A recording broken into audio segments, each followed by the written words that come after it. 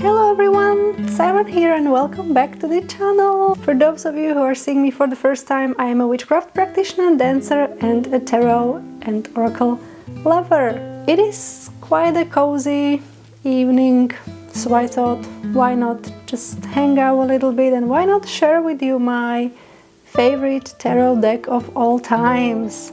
To be quite honest with you, I didn't quite know which one of my decks is my favorite tarot deck of all times. Not like I have that many, to be honest. I know some tarot readers used to say I have a small collection, and it is not really a small collection, but I do have a small collection at the moment of filming this video anyway.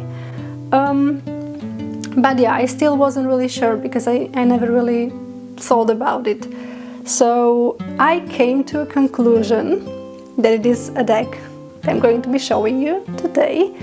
And I came to this conclusion mostly because I asked myself a question: which deck would I take with me if I could only take one deck? Let's say I have to travel or something like that. Which deck would I bring with myself to the cabin of the plane, for instance? And there is a deck that I lovingly call my travel deck, because it's been my travel companion for quite a while now, and I figured, yeah, that would be the one. So without further ado, let me introduce you to my favorite tarot deck of all times. It is the Santa Muerte Tarot by Fabio Listrani. Hope it is picking up. So yeah, Fabio Listrani's Santa Muerte Tarot. It comes with this sturdy little box, which is amazing, and it really helps with all the traveling stuff because you'll see I'm extremely I really like to take care of my decks, and when a deck comes in not very good box or something like that, I suffer because it's just I don't like it. I don't like it because I feel like the deck isn't protected enough, whatever. Yeah, it comes with this sturdy box. Opens up like this, which again, I love it. I don't know, I just love it really a lot. And this is the deck. I'm going to be showing you a few cards in this video as we go. First, let me say it is published by Lo Scarabeo, which, if you are a tarot lover and tarot decks collector, you probably know the Lo Scarabeo cardstock isn't all that great. I don't really want to hate on them because I don't mind this cardstock as much. I mean, cards are a little bit shiny, as you could see. It's like it reflects light, kinda. But I don't mind that as much. Also, I kind of like shuffling this deck. It doesn't feel bad or anything, and cards are pretty small, which again is super handy when you're traveling. Yeah, the one thing I do need to say about Lo Scarabeo printing skills, if you will, is that there is a little bit of a printing error on these cards. I won't say which one it is.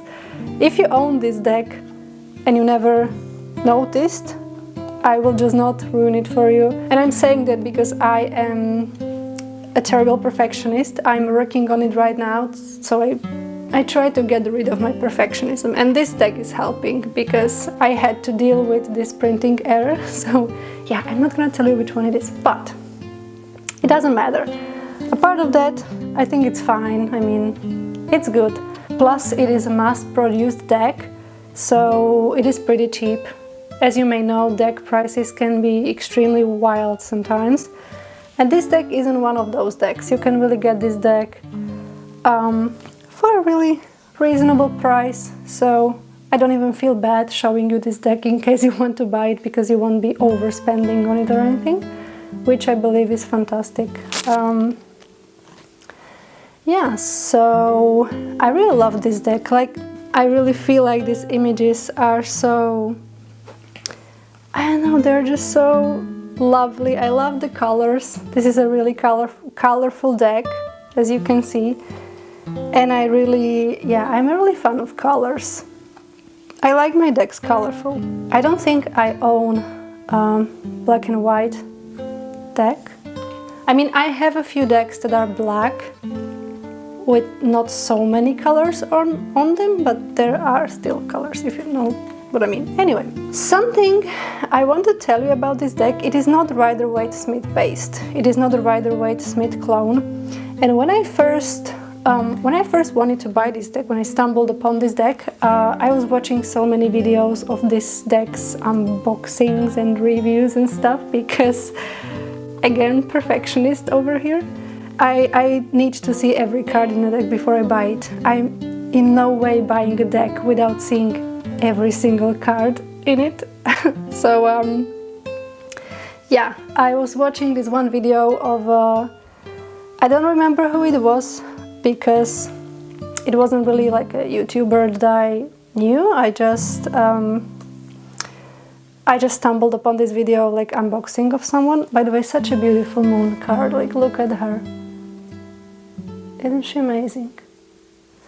Yeah, so I stumbled upon this video of this person unboxing the deck, speaking about the deck, and she's been saying that the deck is really gorgeous, the imagery is so gorgeous, but it reads really bad because it doesn't, what was the wording she used? Something in lines that it doesn't really make sense or so. And it is funny to me because, as I mentioned in a previous video, I'll be probably mentioning this in many videos that I'm going to be uploading. I don't work with Rider-Waite-Smith tarot deck. I am very aware of Rider-Waite-Smith imagery, of course. I am actually reading based on that system. I just don't work with its imagery on my cards, if that makes sense. So I'm not mad at all that this deck doesn't really follow Rider-Waite-Smith system. In some cards it does, but not in all of them.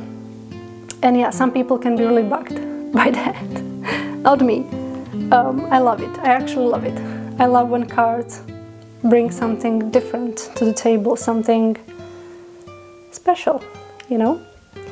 But yeah, it is something that you might kind of keep in mind if you are considering purchasing this deck. The other thing that is interesting about this deck is that, let me show you, if you're not familiar with tarot, it might be a little bit difficult for you to read the tens in each suit, because Fabio Listrani made this interesting choice.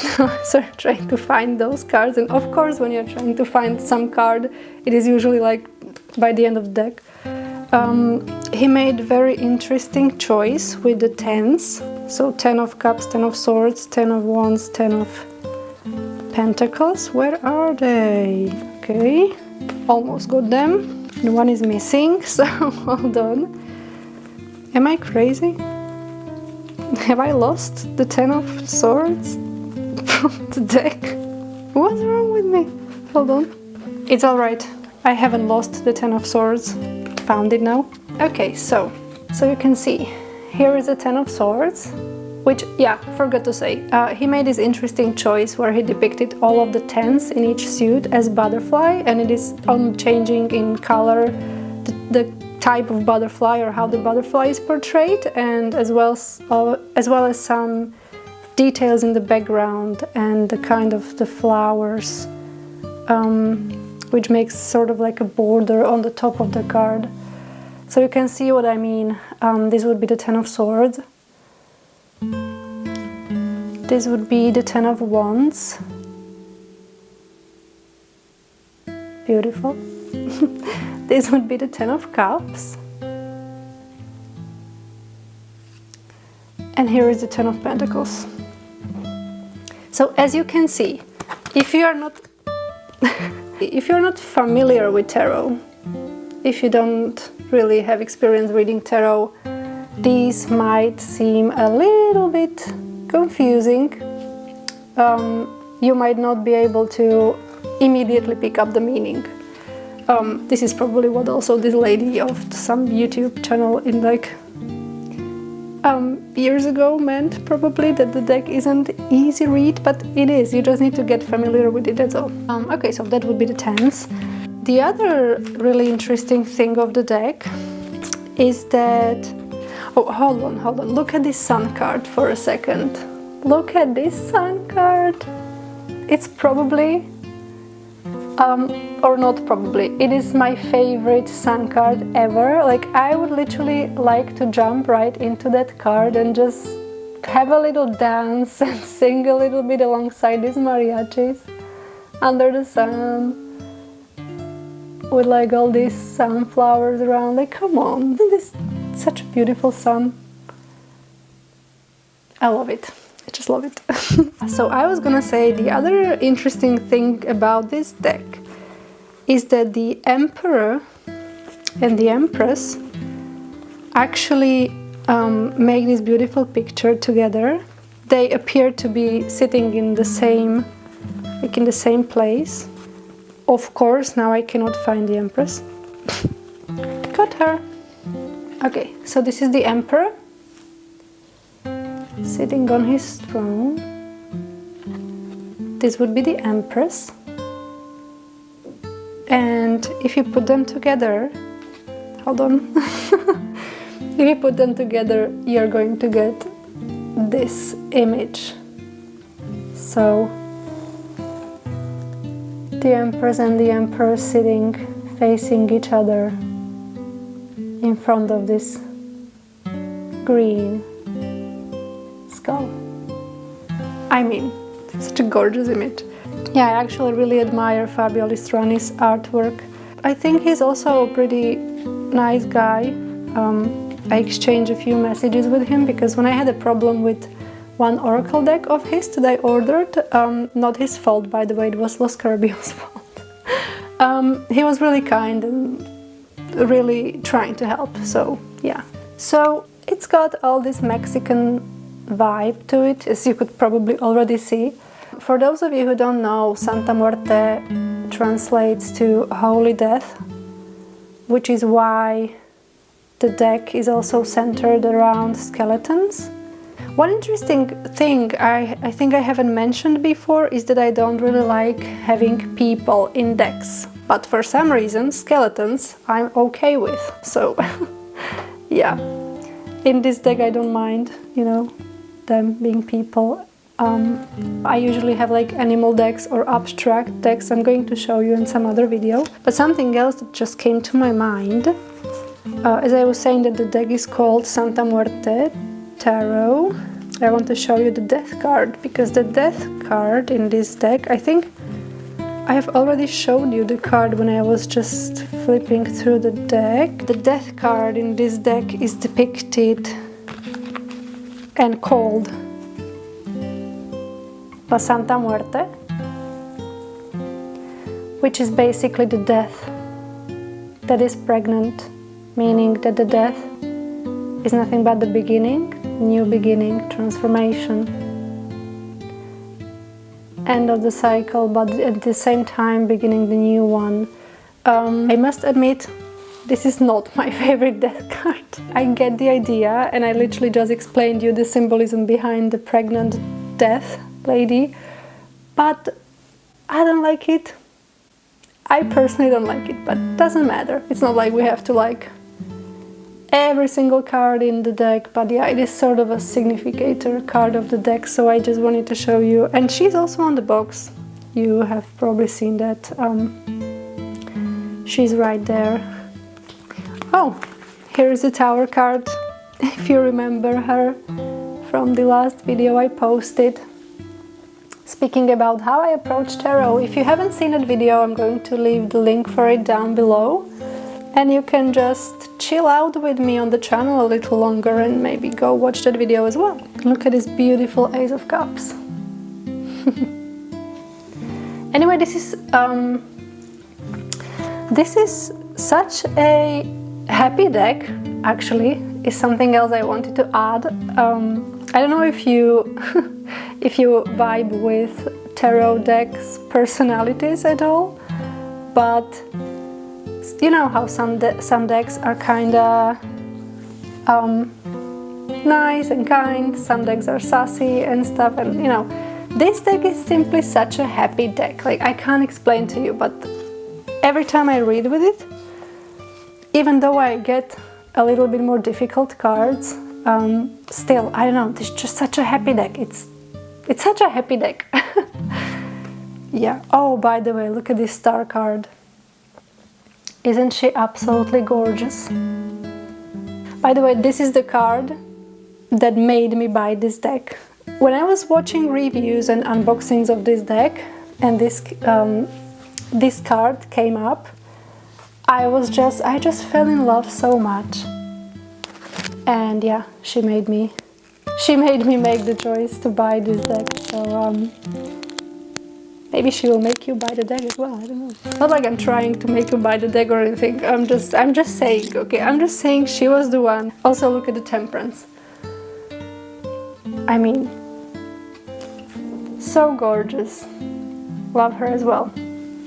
Okay, so I think that would be it for what I wanted to say about this deck. I really love it. And the shuffle, I know it just shuffles so well. I don't know why people hate Los Carabios cardstock as much. I mean, I personally prefer more like a matte finish on cards, you know, when cards are sort of smooth. I have some decks that are like that, and this is not one of them. But on the other hand, when I travel or when I, you know, want to reach tarot outside or something, like this is the deck I'm bringing with me, because I'm not so fearful about it, because I feel like this cardstock can actually resist something. Not like I have damaged it or anything. I said I'm pretty careful with my decks, but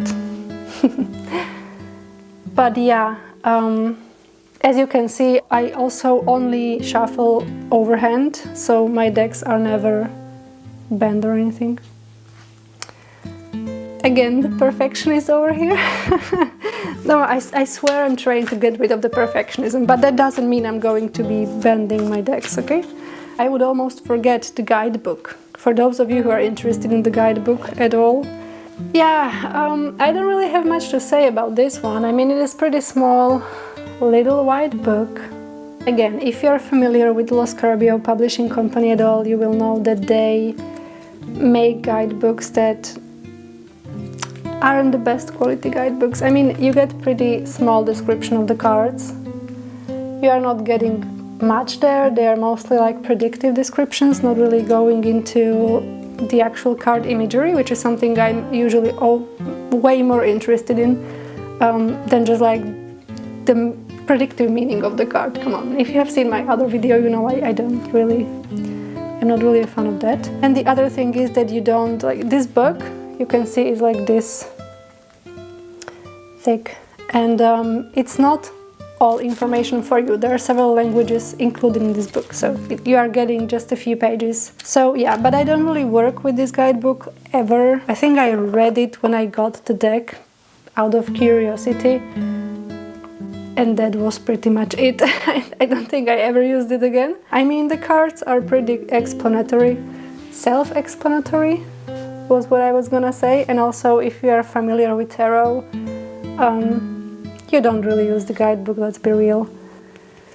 I just love it. It's so gorgeous, so colorful, so... I don't know. Also, I have a really strong connection to Latin America for several different reasons, and this deck just feels so close to my heart, and I'm really glad that I came to the conclusion that this is actually my favorite deck. So now, if anyone ever asks me what is your favorite deck, I'll have an answer.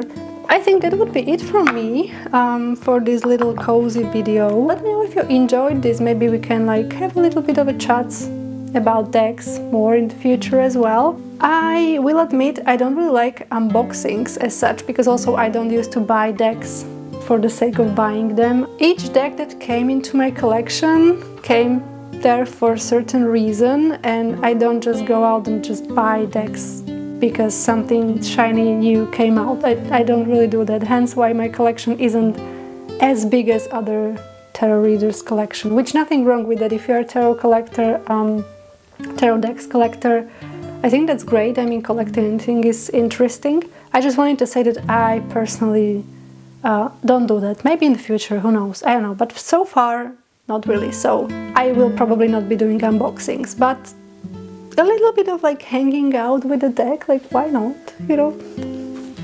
Okay, I hope you had a nice time and enjoyed this little bit of a tarot hangout video that I got for you tonight.